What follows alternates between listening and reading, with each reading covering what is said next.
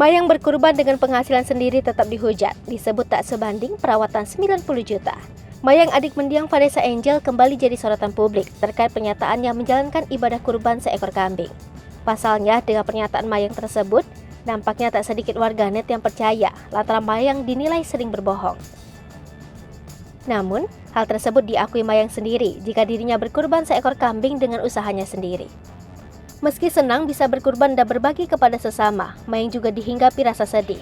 Hal itu lantaran dirinya tidak tega melihat kambing atau sapi disembelih saat Idul Adha. Sementara, Dodi Sudrajat saat ditemui dalam kesempatan yang sama mengaku turut senang dengan kurban yang dilakukan Mayang.